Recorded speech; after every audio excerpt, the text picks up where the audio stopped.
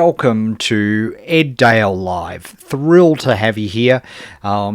It's been a fantastic week, very interesting week with all bunches of stuff going on, of course, in the tech world, which is exciting to me, maybe completely boring to you, but we've got plenty of questions on the world of marketing and building your tribe and getting organised and all of that sort of stuff, which is what I'm here to do each week, is to answer your questions and bring in some of the information and detail that you guys ask for, and just anything that sort of crosses my bow that's interesting.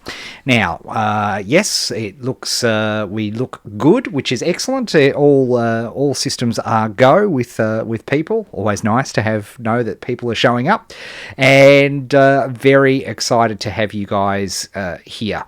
So let's have a look. Let's go jump straight into a couple of questions. I've got some really interesting stuff here today. I want to talk about on the 6 things that you need to focus on in your business. And there are only 6. Literally 6 things that you need to focus on, and I want to talk a little bit about that. It's a key fundamental thing that I talk with private clients, and when we're organising, what's on our Kanban boards and all these sorts of things. They are absolutely fundamental. And speaking of new technology, I want to show you, when I say me, John is going to show you a really cool new piece of technology that we've been working on. So I thought you might like a bit of a glimpse on what we're up to as well, because we're always trying new things as we go forward. Indeed, including all of this live broadcast stuff that we've been doing, which is fantastic. So let's get cracking and let's get into it. Okay, so our first question, this is a good one. Elizabeth asks, Ed, my writers are in several countries. Do you know of a way to record interviews for podcasting using an iPhone? I've asked so many people, looked for a way on Google, etc., and cannot find a way to do this. Skype's quality is just not there, especially with my internet connection that drops out sporadically. Okay, the bad news, sad news, is that there is no way you can have a conversation and record a conversation at the same time and transmit it on an iPhone or indeed any smart device. It's just not part of the current, it's just currently literally not possible. Having said that, there is a method of doing this. It's a bit of work, but there is a way of doing it, so stay with me.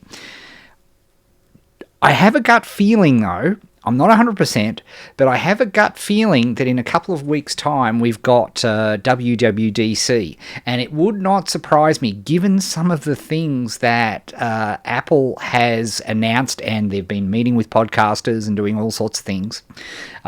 It would not surprise me if they introduce this functionality at next WWDC, because that would be awesome. Let me tell you, I would love nothing more than to be able to just record. Anyway, I do record. How do I do it? Okay, you have to do what they call in the radio business double ending. So what does that mean? That means most people do have a smartphone with them. So what you can do is record the conversation on the smartphone, but you have to have the conversation on a separate device. And then what happens is the person you're interviewing sends you their file, and fortunately this is really easy to do these days. You can match the files together. So you combine, that's why they call it double ending. So each side is recording, and then maybe you're speaking on the phone. So you're doing a phone interview, which is of course not up to scratch in terms of sound quality, but each side is recording using decent quality recording. And as I say, the iPhone's got really excellent recording. As long as you're in a quiet place, you can use that. So that's how it's done.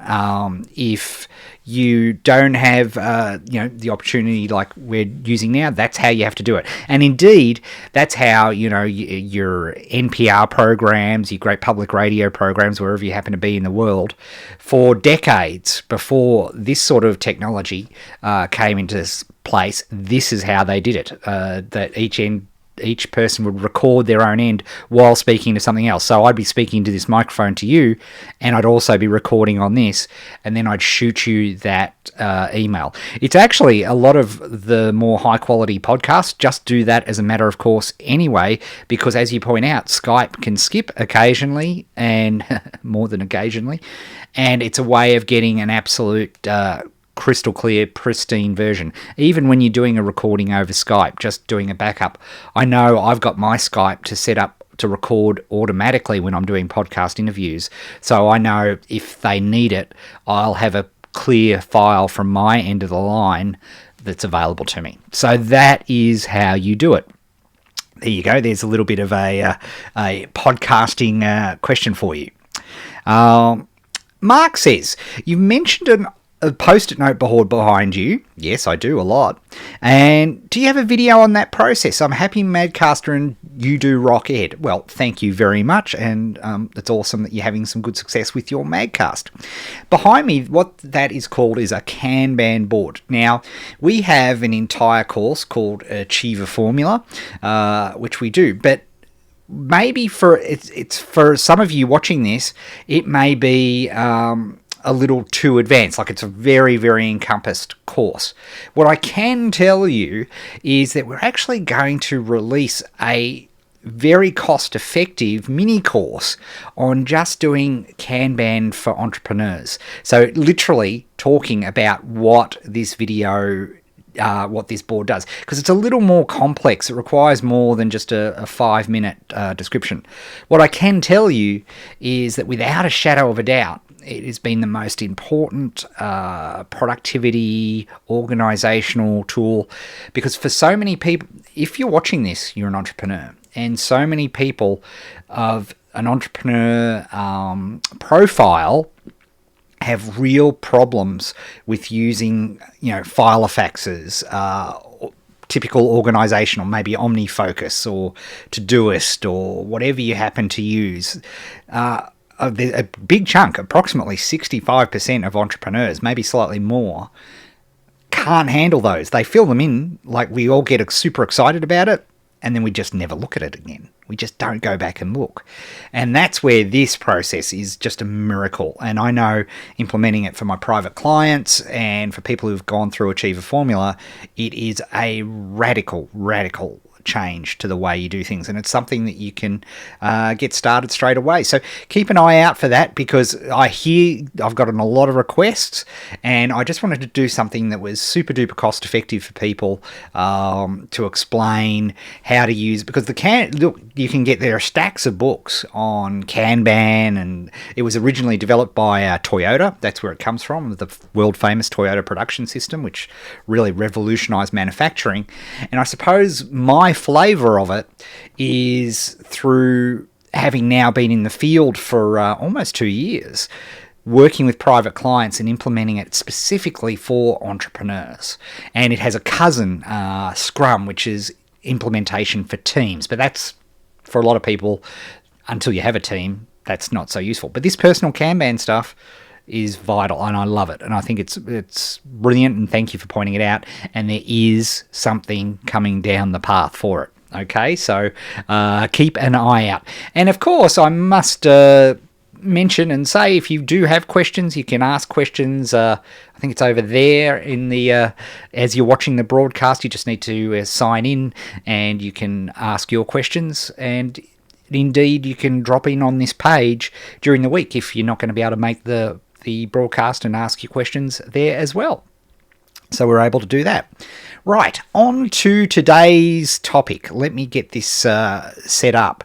I want to talk to you about something that I think is really important and pretty fundamental. It's actually quite a significant component of Achiever Formula too.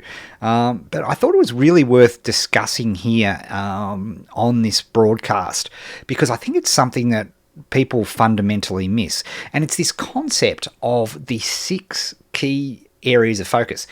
Bottom line, there are only 6 things that any entrepreneur needs to focus on in their business. And by the way, you don't necessarily focus on all of these at once.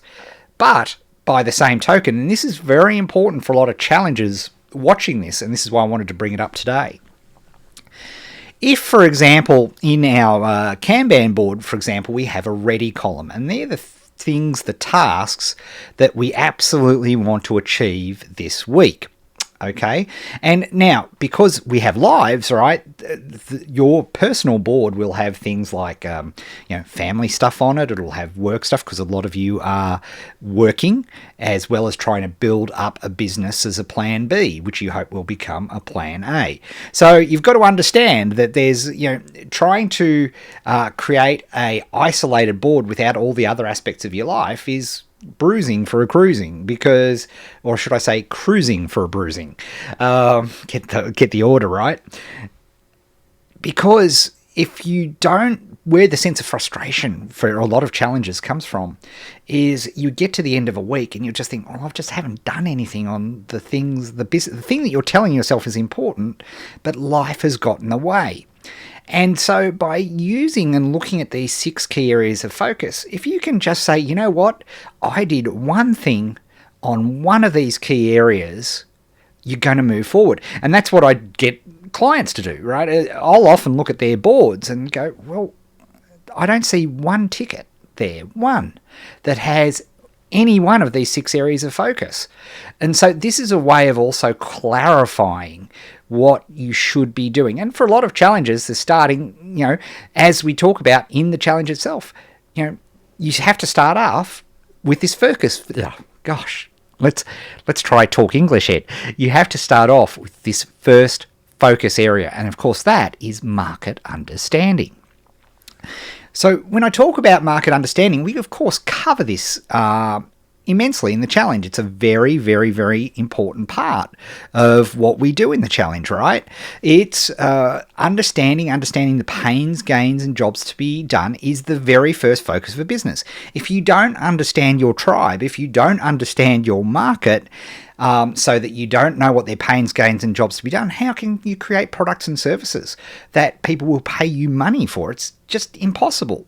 In the old days, and this is important for people who have done the challenge in the past, we did refer to market understanding or market research as our first step. However, in the old days, that was all about, is there a market or is there not a market in this particular case? Well, guess what? Every market is a market. We talk about that in the challenge. Every market is a market now. If underwater kickboxing is a thing, something we made up 10 years ago, then every market is a market.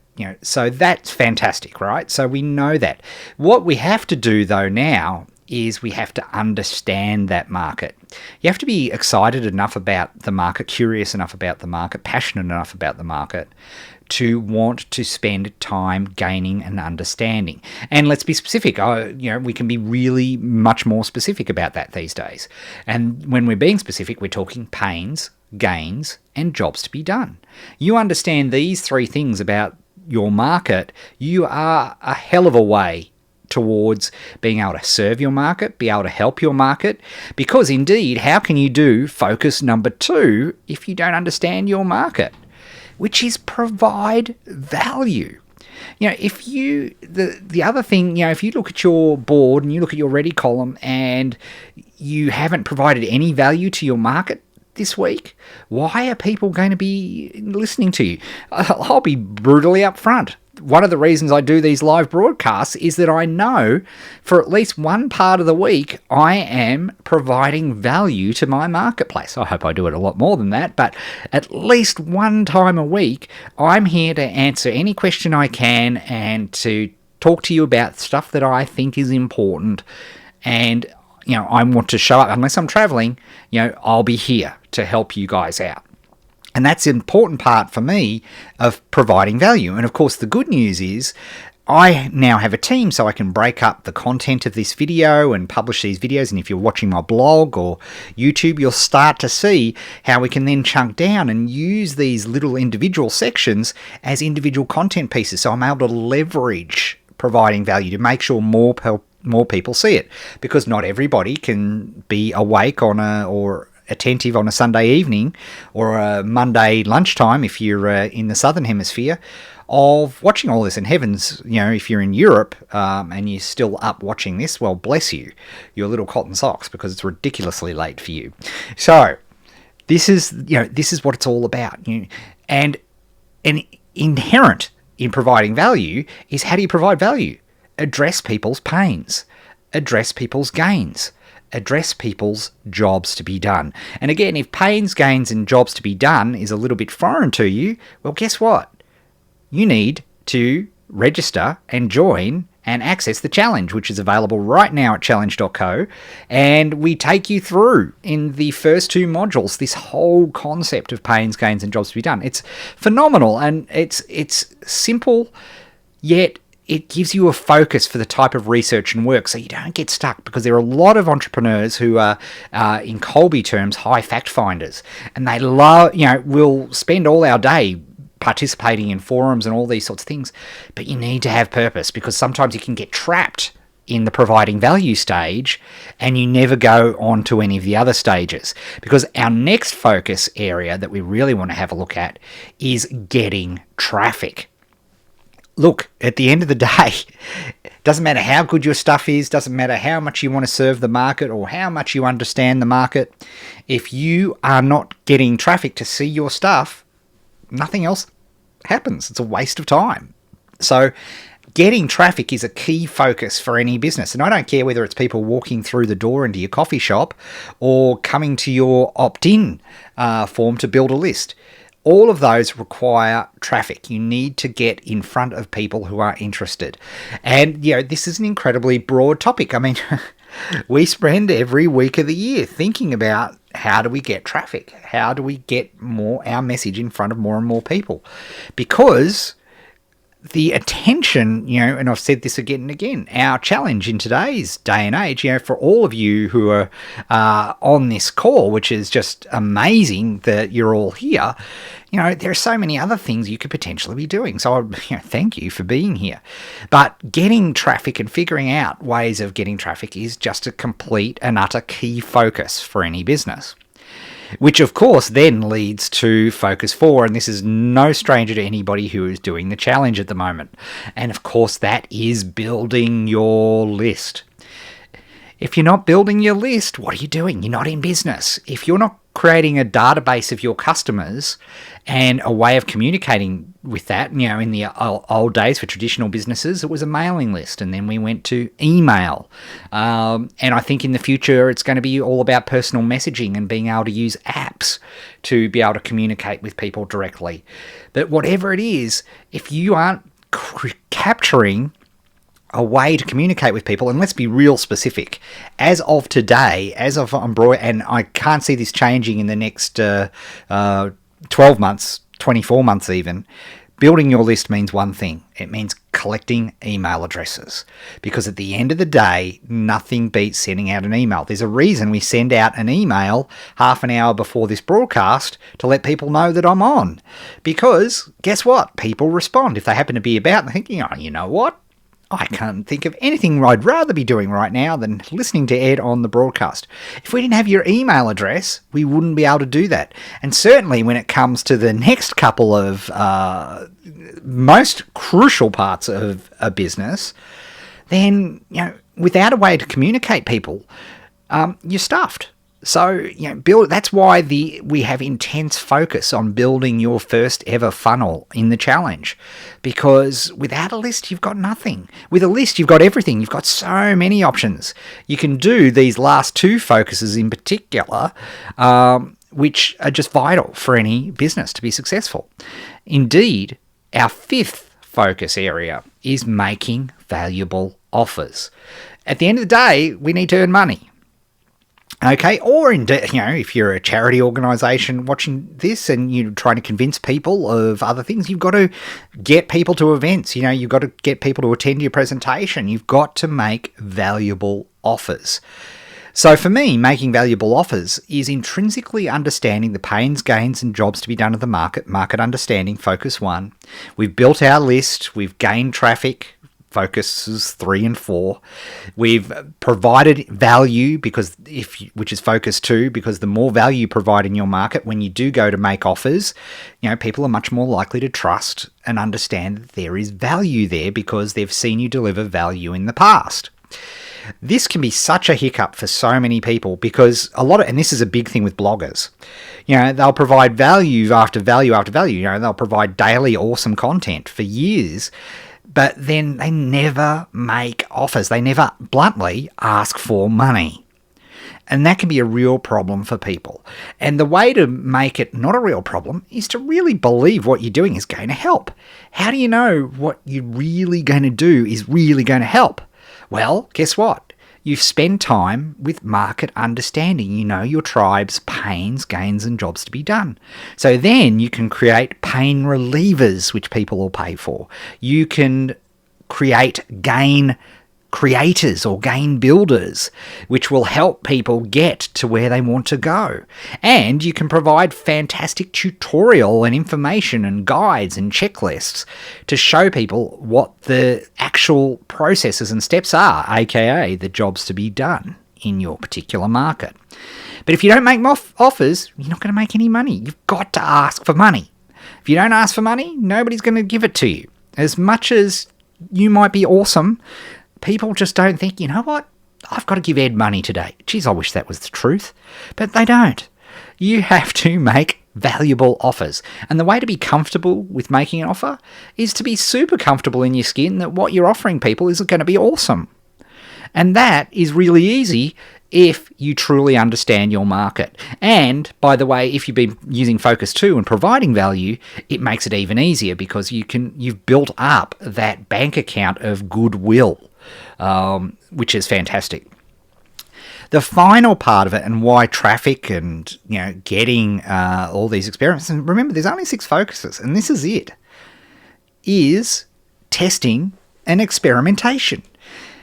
Every week you should be conducting some sort of test, some sort of experiment. I prefer the word experiment, I've got to say, but we use experiment because people feel more comfortable with that.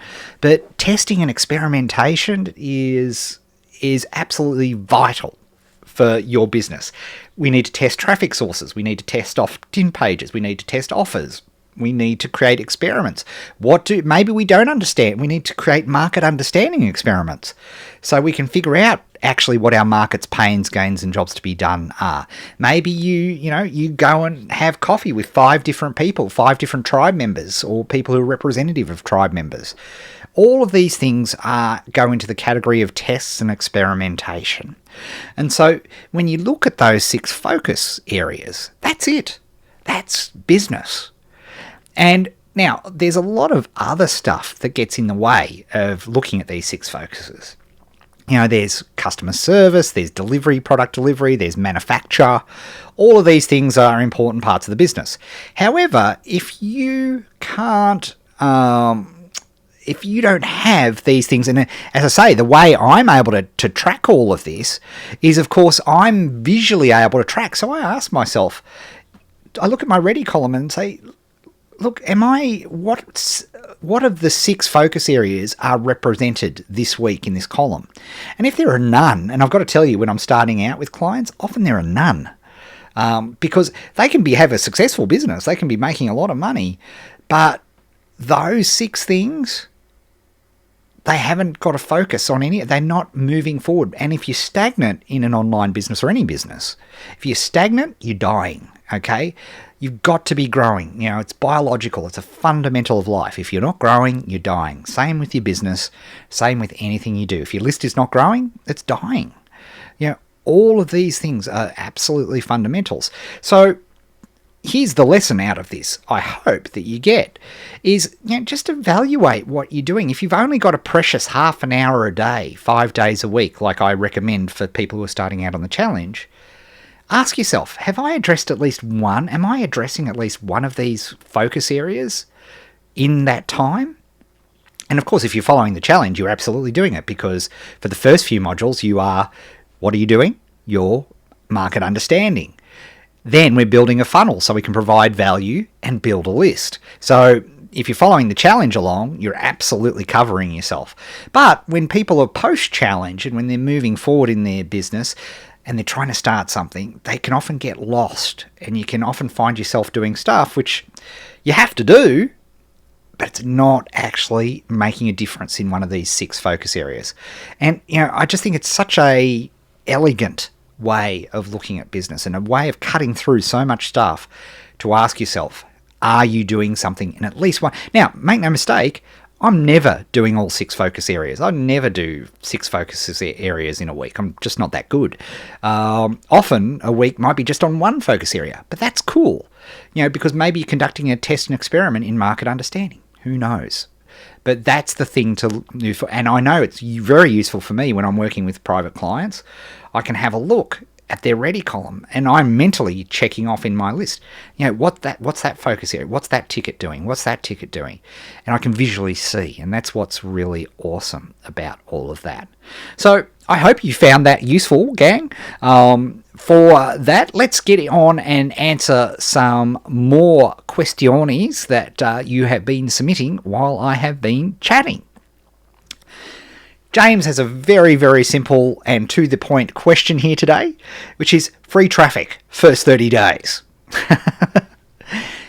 Let's cut to the chase. I get James is a get things done type of person. So what would I do to get traffic in the first 30 days? The answer is I wouldn't. Because to me, it's understanding your market. So that's the cheat answer. Let's say that I've done a lot of work in understanding my market. So I know where they are.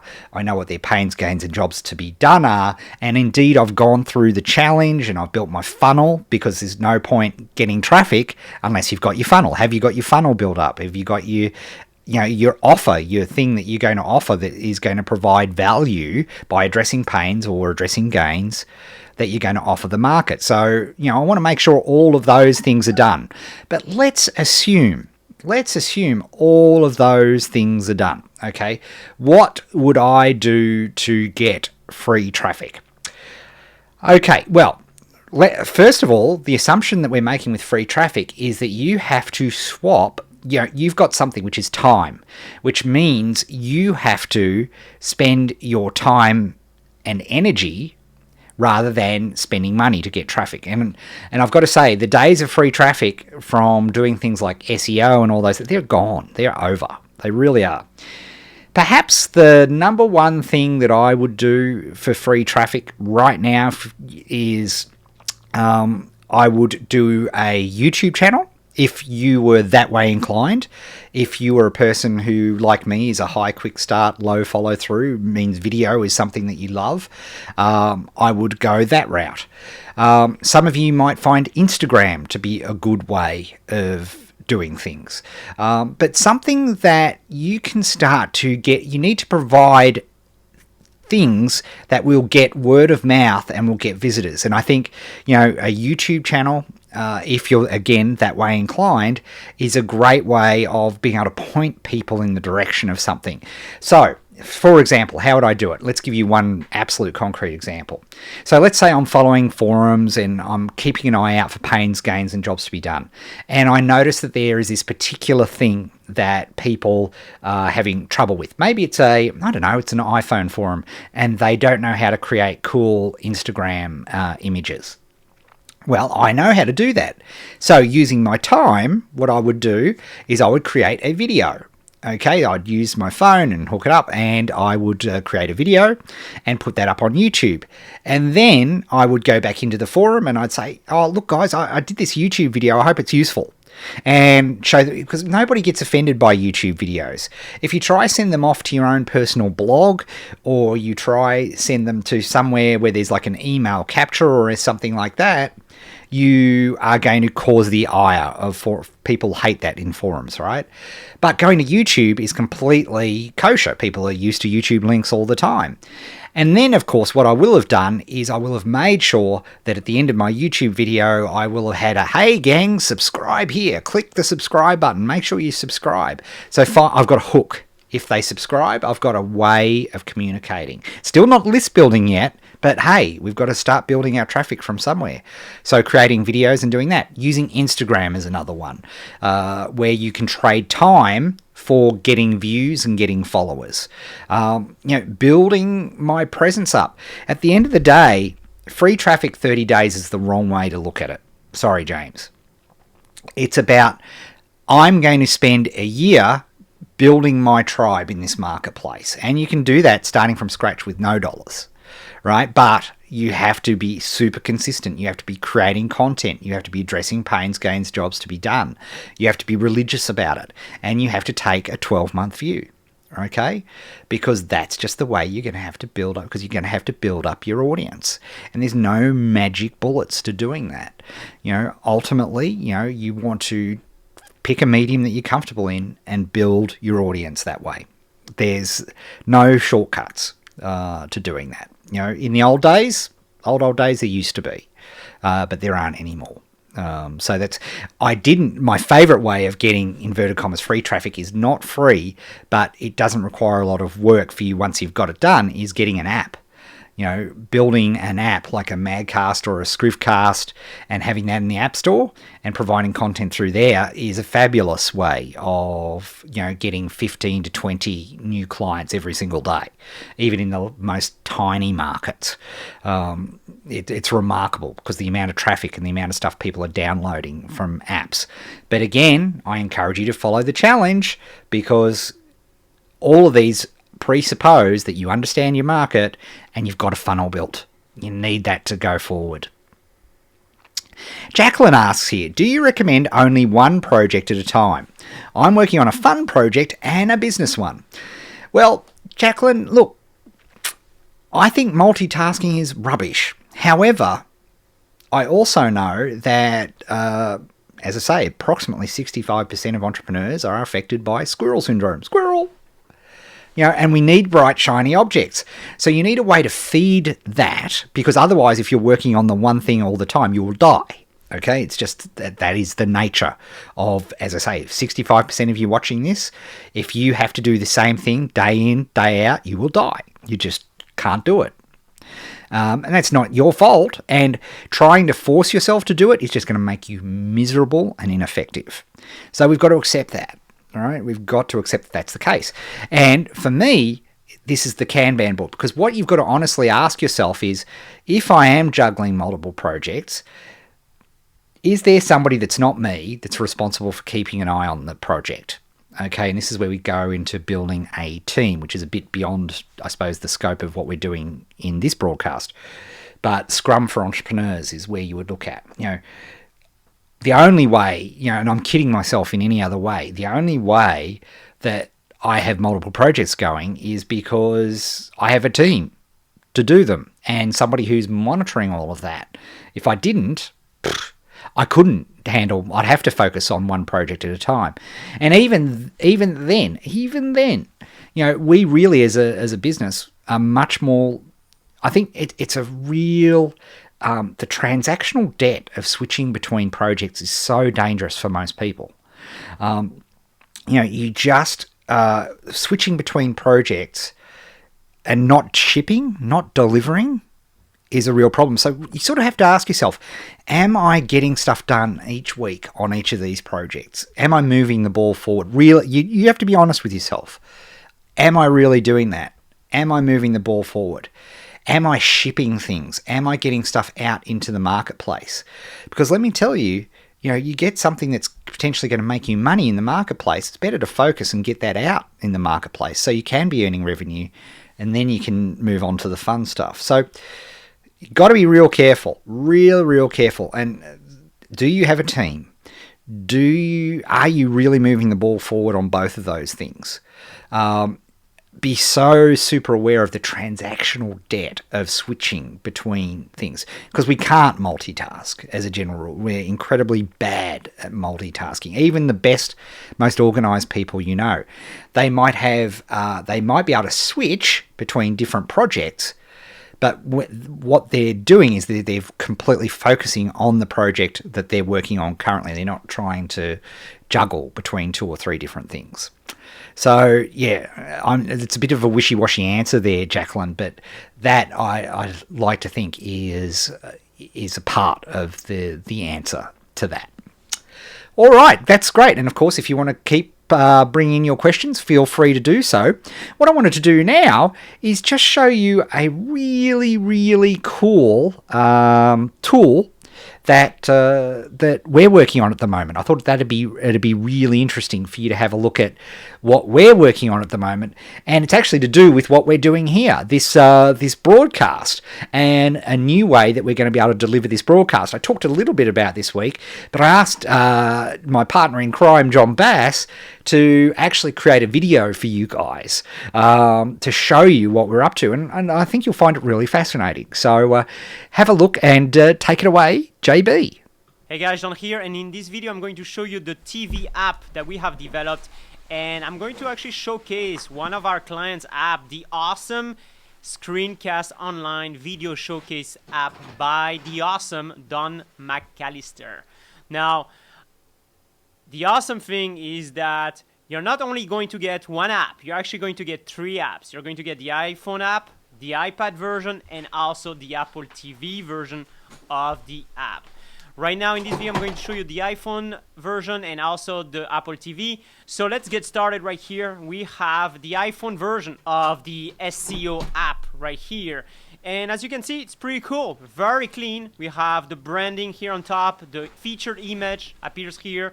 And then underneath, we have what's called sections, right? You have 100% control of the app, and you can really have whatever title you want and create any kind of sections that you might want.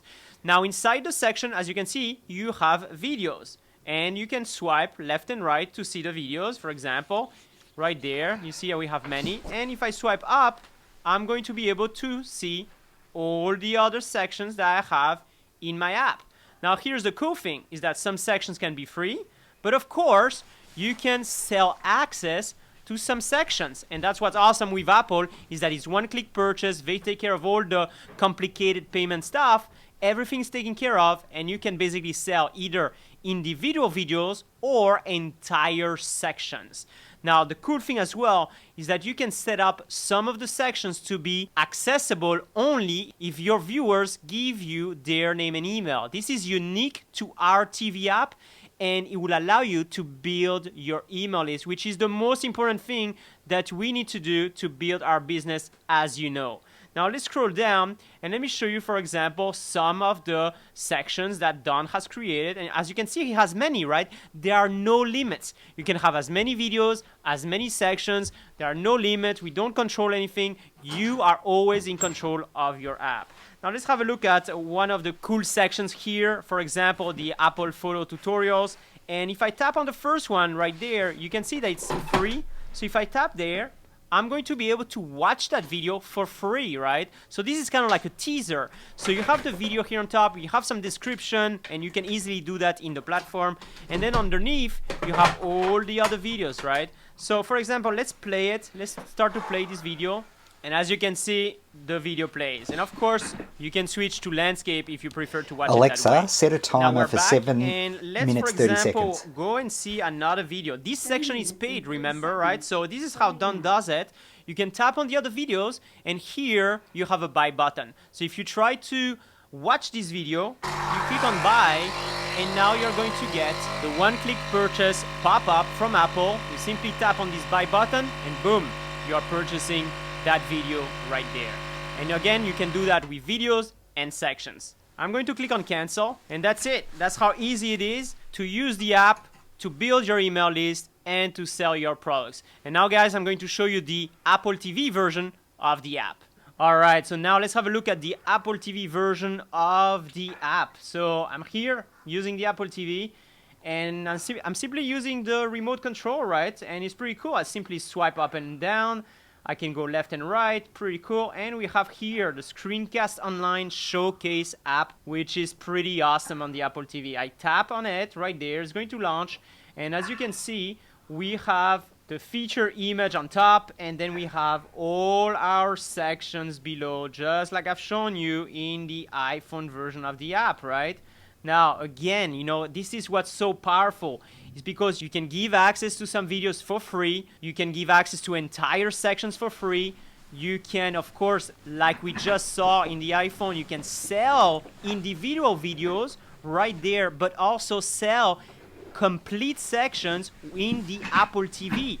Now, the Apple TV is pretty awesome. They did some amazing changes, especially the voice recognition on the remote control.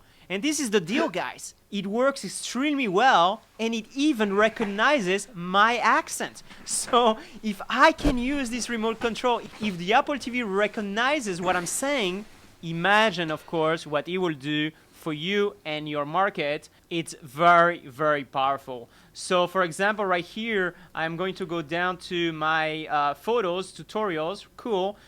This is, and you can navigate very easily, go left and right, and see how there's this cool animation. Pretty nice, right? So let's go back to the free video right here, and this is how it looks like. Pretty awesome. We have the description of the video, we have the view button, we can swipe down and go and check out the other videos in that section. And if I want to view it, I simply tap right here on this button, and boom, the video will load. Right there, as you can see, the video starts, and here it is, Don McAllister doing this week's Max tutorial. Let's go back right there, and of course we can go to the other videos, and this is the one I checked out earlier, right? So let's go here. I tap there, and as you can see, hey, there's a buy button, and I can purchase this. I tap on the buy button, and that's it. I get the one-click purchase with Apple TV, so I can purchase this video right there from the comfort of my living room. I'm using the remote control only, and right there, if I want to buy it, I select buy. I'm going to click on cancel, right? And that's how easy it is to sell your own videos or entire sections at a higher price.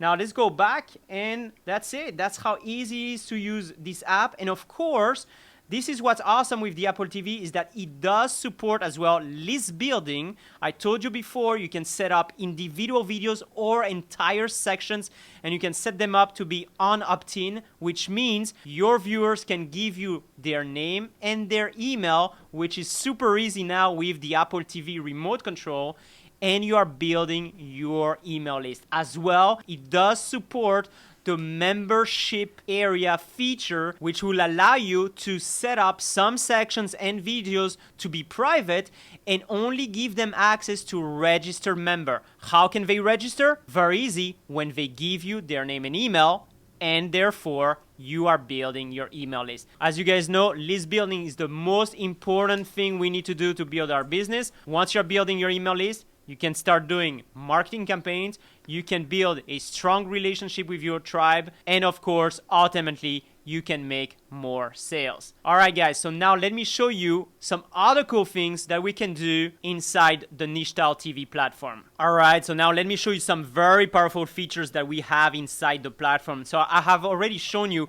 how you can set up some sections, and you can give them away for free. You can sell access to them. You can set them up to be on opt-in, which means that your viewers need to give you their name and email so you can build your email list, and only when that happens, they can get access to the section. Extremely powerful. And you can also set up the sections to be accessible for members only. How do they become a member? Well, by giving you their name and email so you can build your email list. So a lot of list building features. You can do that with the section or with a video. This is pretty awesome, but here, check it out. We have some other features available, and of course we do have push notifications, but not any kind of boring notifications. Very powerful notifications. For example, you can send a message to everybody, and you can also decide what will be the destination. So here we have a lot of segmentation going on. You can, for example, send a message to only specific buyers of a specific sections, non-buyers of a specific section, buyers of a specific video, non-buyers of a specific video, people that have opted in for a video, people that have not opted in for a video, people that have signed up as members, or people that have not signed up as members. You can really customize your messages, and the goal here, guys, is of course to motivate people to either buy your videos, buy your sections, or of course join your email list. You can decide the destination. What happens when they click on the message? Do you want them to open the app? Do you want them to open a specific video? Do you want them to open a sign-up form? Again, why? So you can build your email list. Do you want them to open a new feature that we have, which is amazing, and we have been testing it? You might have noticed it. It's called the live event. So you can basically send a message, and when they tap, they will open the special live event page. Let me show you how that works.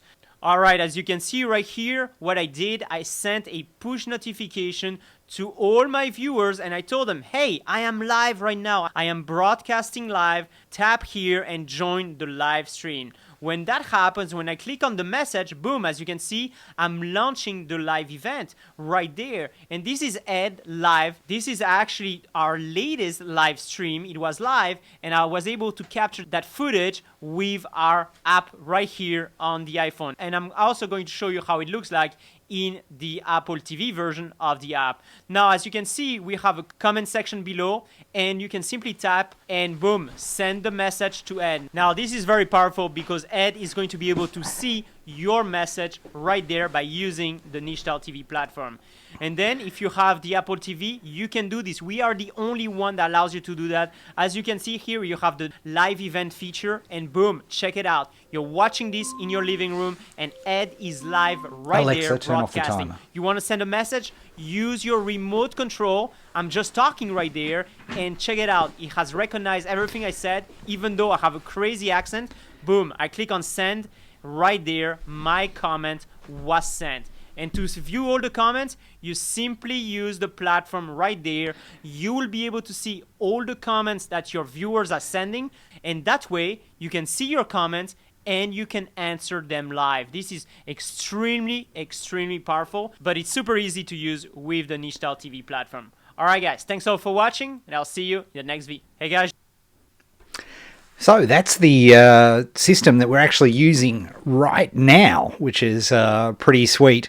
So I just thought you'd be interested to see some of the behind the scenes and how the questions are coming up and all of those sorts of things. And I think video and live broadcasting is going to be a big deal. It's if any of you, like I have, got teenage daughters, you'll know that they spend all of their time watching video. Now, as people get older, it's written word and all those sorts of things. And does this mean that that we should all be doing video? No. For people who enjoy this sort of stuff, it's fantastic. And that's a fair percentage of you, but there are a good 25-35% of you who would rather slam an extremity in a car door than do video. No problem. There are plenty of other things for you to be doing. But for those of you who are interested in that sort of thing, it's the technology and what you can do is really fantastic. So it's a very exciting project that John and I are working on. So where people can have their own TV channels and literally be broadcasting live, because I think the psychology, if you can be nice and comfortable watching on the big screen these broadcasts, you're likely to be way more attentive, and you're likely to there's a reason shopping networks work well. There's a reason why there's those interaction models work really, really well. Anyway, I just thought you'd like it. It's a cool thing. Let's get on to some more questions. That's French for questions, or not. Okay, Kristen asks, I'm pondering creating an online course that would also have a services component. I do market research for them and teach them how to use it in a course I'd create. What are the possible upsides and downsides of that strategy? Do you have any general advice on setting expectations for online courses? Okay, well, when you put in a service component, and I often do, you just have to go in eyes wide open. Because if there is a part where you're doing individual service or even group services, that is taking your time. You can only speak one-to-one or one-to-many. So you have to calculate that. I will say that personal services is one area of the marketplace which is really exploding. Because as digital content, look at all of this, right? This is free. This is not costing you anything to watch. The quality and the amount of stuff that you can do and get for free these days is going through the roof. It is literally off the charts. And indeed, a lot of the amount you can pay for digital content is effectively going down. That's no stress. I have no problems with that. It's just a reality of the way things are working. You provide value for people, you can still charge.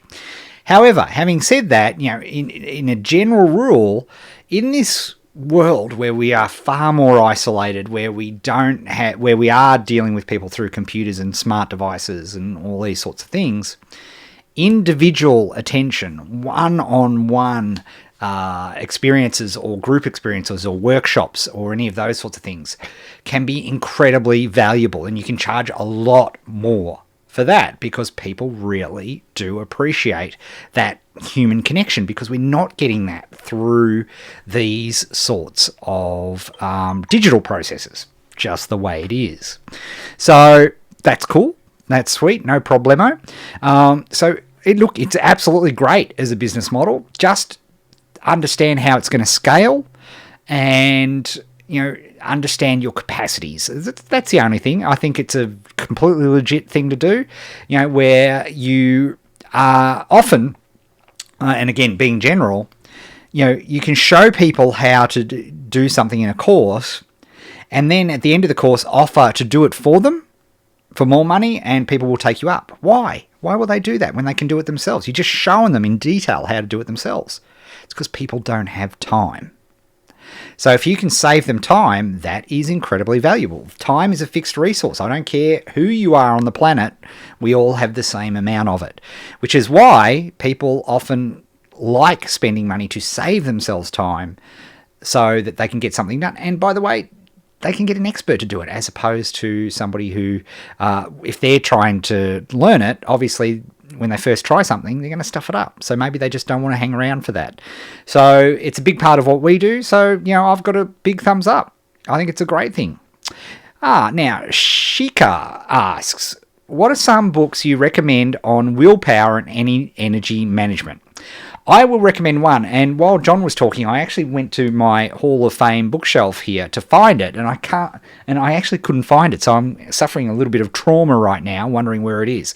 But the book is called Willpower by Roy F. Baumeister. That's the gold standard. If you want to look at what willpower and the effect and the science behind it and how it affects, and it's written in a really, really good style. It's incredibly entertaining and interesting to read.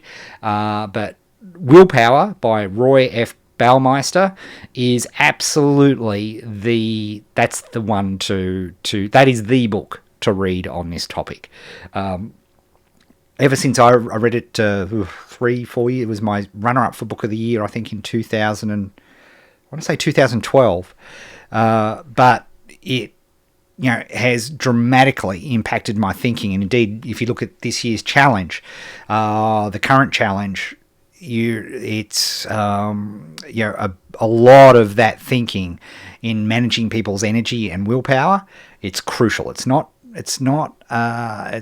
woo-woo, it's science. And so that's the book I would recommend. Next, let's have a look here. List segmentation. Awesome ideas. Please discuss. This is another one of these short questions. List segmentation is good. What is list segmentation? List segmentation is where you start taking real advantage of the power that we have to build lists and literally carve them up into small subsections. So, the example I always use is, for chiropractor. Sorry, not chiropractor. Needle punching people. God, that's terrible. It's gone from my head. Acupuncture. There you go. I knew it'd get there. Acupuncture. One of my clients has a bunch of acupuncture clinics, and the three things that reasons they go to an acupuncture clinic is reason 3, which is not such a good one, is that they've tried everything else and are willing to have pins stuck in them because they have some sort of chronic pain. It's not such a good one. The second one that acupuncture is really good at is chronic migraines. It's a really, if you're a person who suffers chronic migraines, acupuncture can actually be a really good, positive, relief-providing thing. The first one, would you believe, and I couldn't believe it, and this is the main reason people seek out acupuncture, is actually fertility treatment. People getting babies and having babies. So here's the thing. how can you have a web page or how can you have a list that is interesting to both people who suffer chronic migraines and people who want to have babies?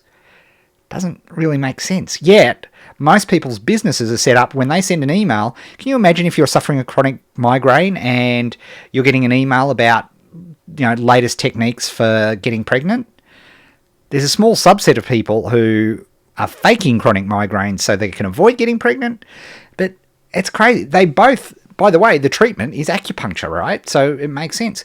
But you're actually annoying the people who are suffering chronic migraines, and let's face it, they've got enough to deal with, by sending them information which is completely irrelevant. Yes, the solution is right, but the symptoms, the pains, are completely different.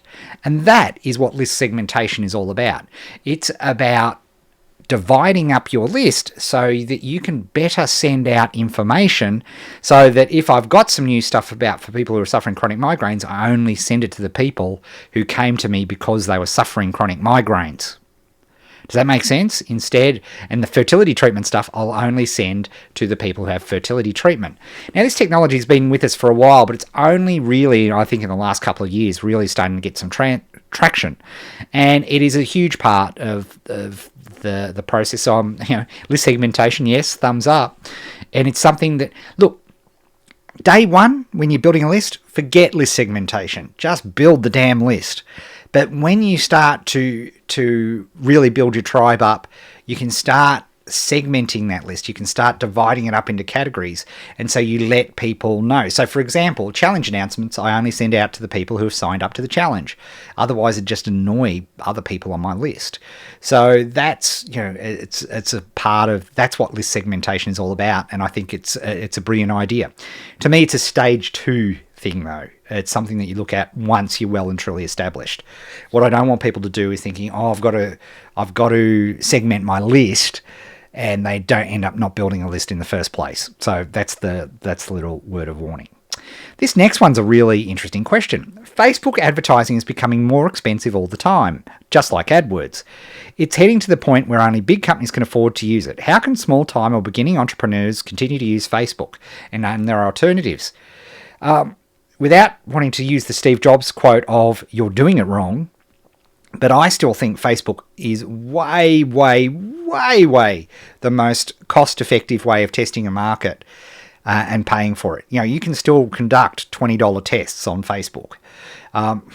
Typically, what's happening when people are spending too much money is that they're going way too broad and they're not being targeted enough. That's tends to be the number one thing. It's actually, I don't want to sell stuff, but we've actually got a new Facebook for Beginners course coming out, and I'd really encourage you to have a look at that, because it is such a great source of cheap traffic. And, cheap is in the eye of the beholder, by the way. We get traffic at $3 a lead. And you think, holy moly, that's expensive. But if I know that a lead is worth $11 to me, then I'll pay $3 every day of the week and twice on Sundays. My problem is that there are not enough people in my tiny little neck of the woods, right? So that is cheap is perspective, in the sense of, some companies pay $70 a lead because they're selling, Learjets or something like that, or they know the lifetime value of a client. So I still think Facebook is the best and cheapest place to start. My alternative would be YouTube as cheap, as a source of cheap traffic for testing. But again, that's really market specific as well. So that is what I would happen. Sugar Freak Frankie has a fascinating email address, but how can I get more organic traffic to my blog? Well, it's by becoming more of an influencer, and it's by getting in front of and serving people in your market in other venues that you're able to attract people to your blog. In fact, earlier on in this broadcast, I talked about an example with YouTube. You can take that example and apply it, but you've got to be careful with blogs, because if people see yourself self-promoting, But it's, organic traffic is built by what is organic traffic? At the end of the day, organic traffic is somebody sees something that you've written or created or recorded or whatever it happens to be, and they've gone, oh, this is cool. I want to see more of this. Or even better, wow, this is cool, and I want to share it to my group of people because it's cool. Now, typically, you can't control that. I know people say that they can create viral videos and all those sorts of things. Good luck to them. The way you do it is by being consistent. Content times consistency breeds market influence.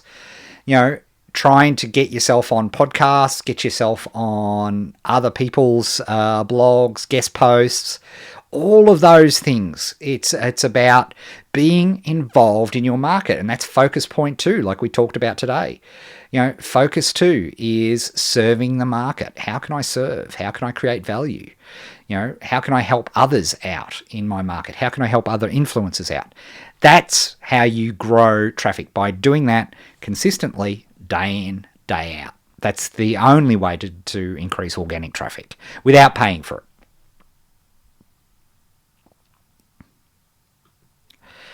Russell, my lead sales page isn't converting. I've had 500 people check it out and nothing, not even an opt-in. Okay, that is a problem. I'm in the personal finance niche for Pacific Islanders, and have even offered to give 100% of my ebook sales to Habitat for Humanity. Okay, couple of things with this, Russell. I did actually have, during the break, I actually did check out your opt-in page. And your opt-in page is what we call a naked page. In fact, I can't actually. Maybe I can. Let's see if I can do this on the fly real quick. Capture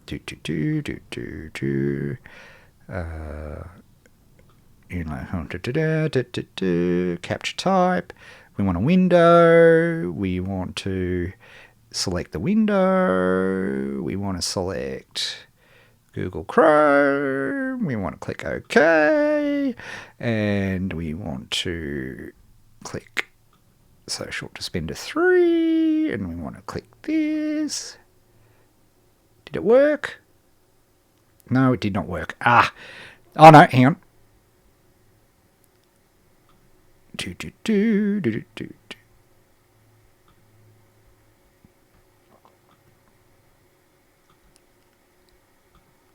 I'll have to get better for this.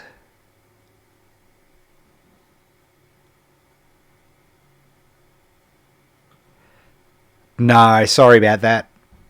No, I'll practice my Wirecast technologies. But what I'll say is that your page is completely naked. It doesn't look like it's a part of any organization. It's part of any sort of thing. And I'm wondering how you're getting traffic to it. Yeah, it's one of your classic sort of lead page type pages, but there's nothing around it. There's no organization. There's no, you just can't go with a naked page any further. It's actually something I might do for an upcoming broadcast, is do some hot seats, and I'll have some sites and take you through some hot seats. If that's something that you guys would like to see, let me know on Twitter.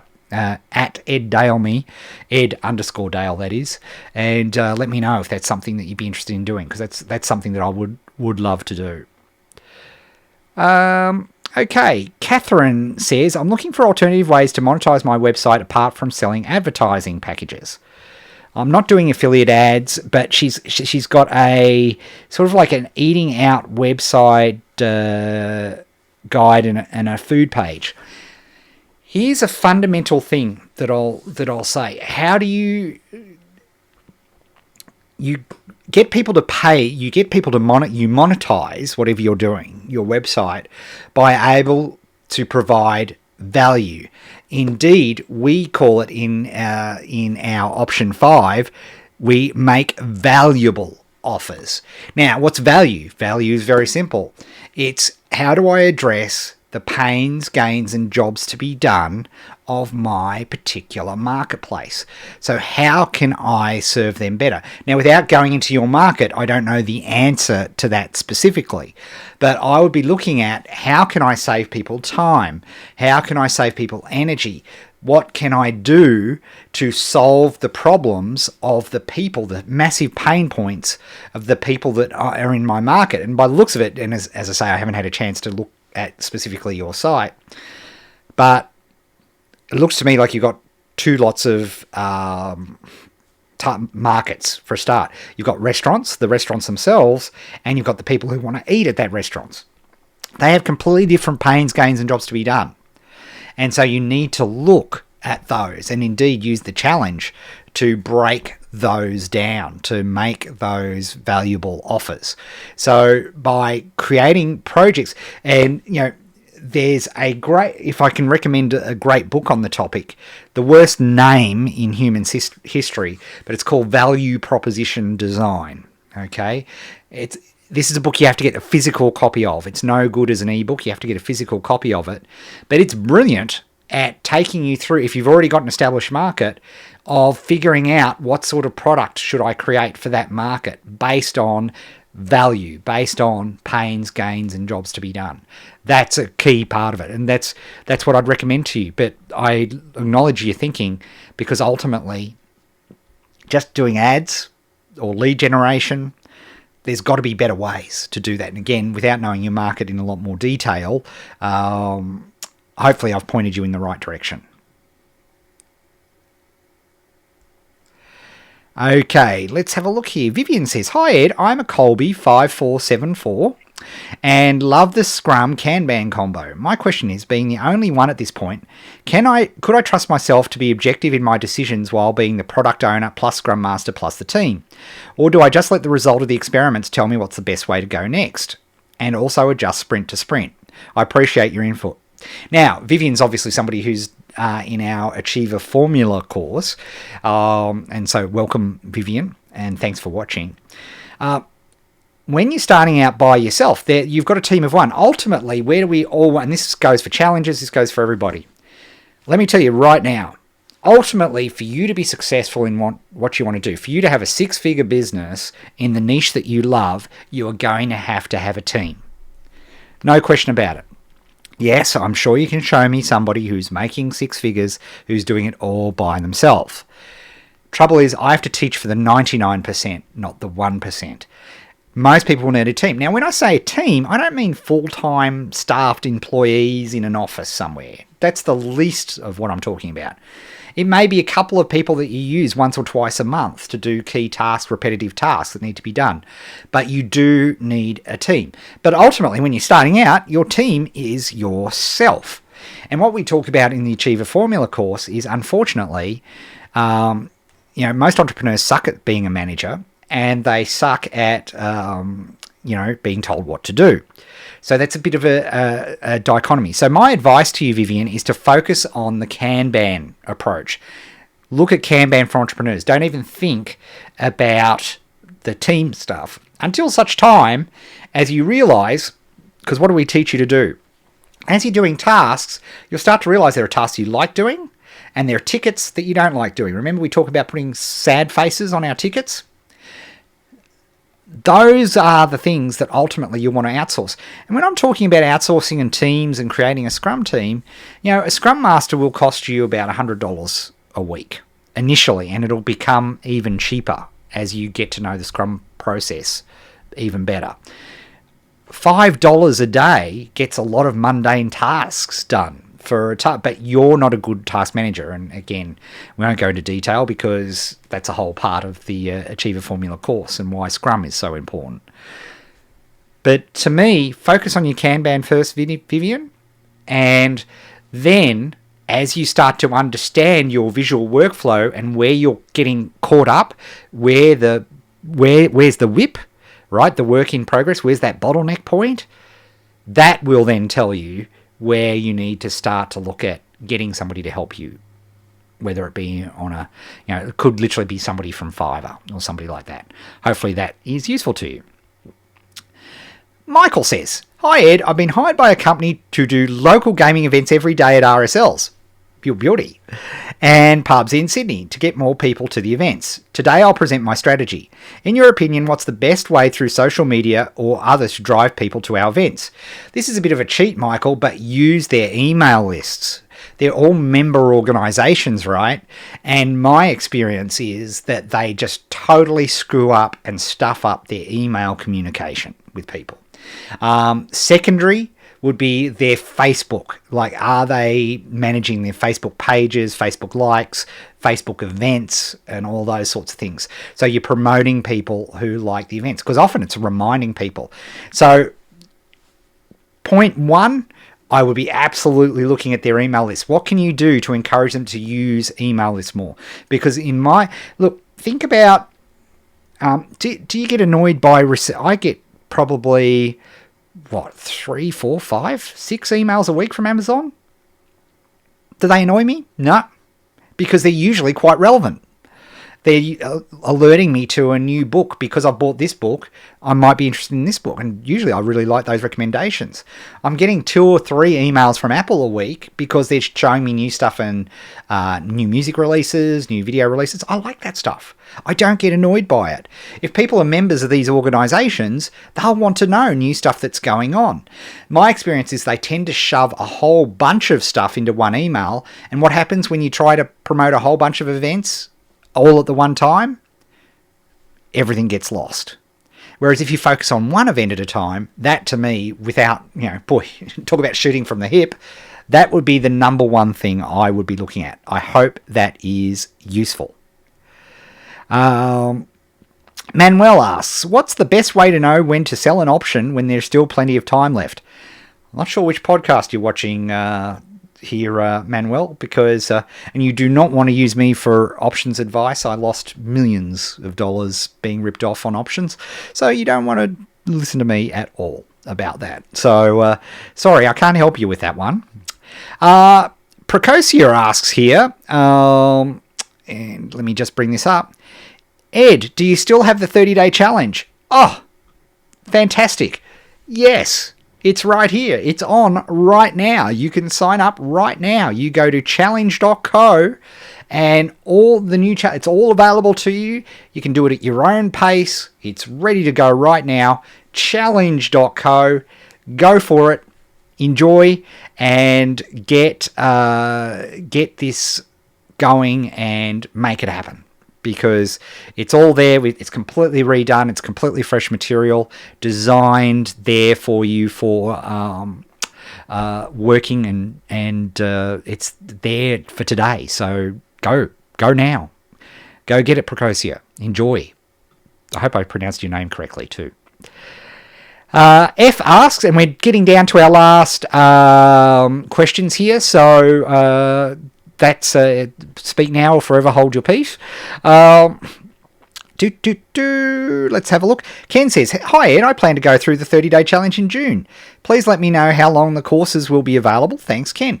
They're up now, and until we modify them, which is not going to be before June, you can grab them anytime you like. So off you go. F asks, I've been doing this for a while but still can't fully define a funnel. Can you do that in 10 words or less, generically that is? I'm really bad at doing these things. A funnel is a way of collecting email. A funnel is a way of collecting email by providing value. That's what it is. That's what a funnel is. It's a way of collecting somebody's email address by providing something of value. And honestly, you need to review the challenge. We go into immense detail about what a funnel is, how you create it, how you build it, how you address people's pains in the challenge. It's there for you. So just take it slowly, take it one step at a time and go through it and you'll get it. You'll get it. But ultimately, you see funnels all the time. Anytime you're asked to put in an email for something, you are effectively putting your email at the top of a funnel. So keep an eye out. When people ask you for their email address, your email address, they're building a funnel. So you can explore that funnel and you can figure that out. Have a look around you. There's plenty. Anytime somebody's asking for an email address, they're typically asking for it so they can build a mailing list, a tribe to help you, right, to serve you better. And that's what a funnel is all about. Brandy says, I have a site about working from home that I've had for over a month before starting your program. I've got traffic coming to the site. Good. I'd like to start email marketing, but do not know what to market. I'm having a hard time coming up with ideas. I went through your whole course, but all I can think of is stuff that's already on my site. Okay, I was just going to be facetious and say, please do the challenge, but you've identified something which is actually a really common thing. People often say to me, Ed, how can I create because you're looking to create a small giveaway of some description so people will go, oh yeah, this is going to solve my problem. Here's my email. So how do you do that? And people often say, but Ed, they can find this information on the internet. Remember what I said earlier in the broadcast about time, saving people's time. Who has time to go through your whole website, to click through post after post? People just don't work like that on the internet. This is, 2000 teens, not 1997, where people used to go through websites like they read a book. People don't do that anymore. So even though this stuff's on your site, don't kid yourself that people are going through your site and lovingly spending 20 minutes on your website. It just doesn't happen. They'll go there because they've seen a tweet or a Facebook link or something. They'll read what's on that page. They will very, very rarely go and have a look at other content. So your opt-in absolutely can be stuff that's on your site because you're saving people time. It's the most precious resource. So don't let that put you off. If you're following the challenge process and the biggest pain point is something that's already on your site, great. Send it off to Fiverr, make it look really nice, get a nice PDF available for people, and use that to build your funnel because that's what people will sign up for.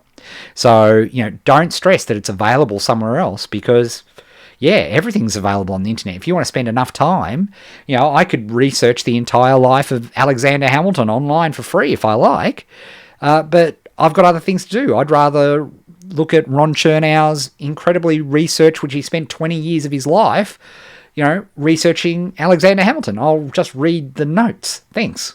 That's great because I'm happy to have paid Ron whatever it was, $30 or whatever for his book because I'm fascinated by Alexander Hamilton, but I am not going to spend my time researching and finding all this stuff which is publicly available if I wanted to spend the time. I need to put my kids through private school. So, same goes for you and your list and your tribe. Okay, Catherine says, I've got an email list of 1,230 people. Well done. I haven't sent out an email yet. Not so well done. My interaction with my audience takes up a majority of my time and updating the website. I work 70 hours per week. Catherine, you're doing it wrong. And I'm sorry, I don't want to sound facetious in doing that, but there's a real big problem. If you're spending all your time updating the website, you've got to look at those 6 areas of focus that I talked about earlier on in this broadcast. What are you spending your time? Maybe you're providing all value, but you're not making valuable offers. You've got to mix it up. 70 hours time. I spend 40 hours, okay, a week. I work 9 to 5, Monday to Friday. That's it. Right? That's what I do. Right? And it's not a badge of honor working 70 hours a week. 30 of those hours are a waste. Every scientific study that you want to point out, once you're spending more than 40 hours on something, you're blown, right? It's just, you are not adding any value. I hate all this hustle bullshit that's going on right now. In fact, those of you who were lucky enough to see last week's video, you saw me creating a video where I was being a bit sarcastic about all this hustle that goes on. We've got lives, we've got things, we've got obligations, so we've got to do it. You need to really fundamentally look at what you're doing. And I would say to you, the integrating personal Kanban into what you're doing would have dramatic and massive results for you. The other thing, it's just, you've got to visualize your workflow. You've got to understand what you're doing. You've got to, until you visualize it, so you see what you're doing, you're not going to be able to, because those 70 hours aren't productive. I'm telling you right now, the most ninja productive people on planet Earth can spend maybe 3 to 4 hours a day maximum on their key work. That's it. 4 day, 7 for 28. That's 28 hours. 28 hours, right? So there's a fundamental disconnect there, and I really encourage you to look at it. Really understand where are you spending your time, because it's not being spent. If it's being spent on a key area of focus, then it's being done to the detriment of everything else. And that's why hopefully you found those 6 areas of focus really useful. Kristen says, and this is our last question for today, I'm setting up a new marketing web design business. What do you think of the name Nerd Power Media? I'm the worst person in the world to ask about names, because my view is names are irrelevant to the marketing around the names. Google was the stupidest name for a search engine you could possibly ever have. Until now, of course, it's absolutely one. We put, when we think of search, we think of Google. Apple was a stupid name for a computer company. Dumb. But the marketing and everything, it became the name. There used to be in the old days, way back last century, 1990s, early 2000s, where having a domain name that equaled your business name actually made some form of difference. But that doesn't happen anymore. So just do what, make a name that gives you pleasure. If it can point out what your business is, that's a good thing too. But I'm horrible with names. I just think names are a distraction. The very last thing I'll do in a project is come up with a name, because it's, to me, the product and what you're doing generates the name. But good, Nerd Power Media, it makes me giggle. I like it. I could see that on a t-shirt. But it's really up to you. Do something that tickles your fancy. That would be my advice. And with that is our broadcast for today. Thank you very, very much for being part of this live broadcast.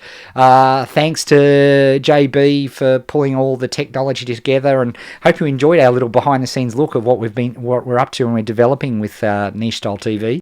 And hope you enjoyed the 6 groups of focus, and I will speak to you, next week. I will be here, so same bat time, same bat channel. Have a great week wherever you are in the world, and we will speak soon.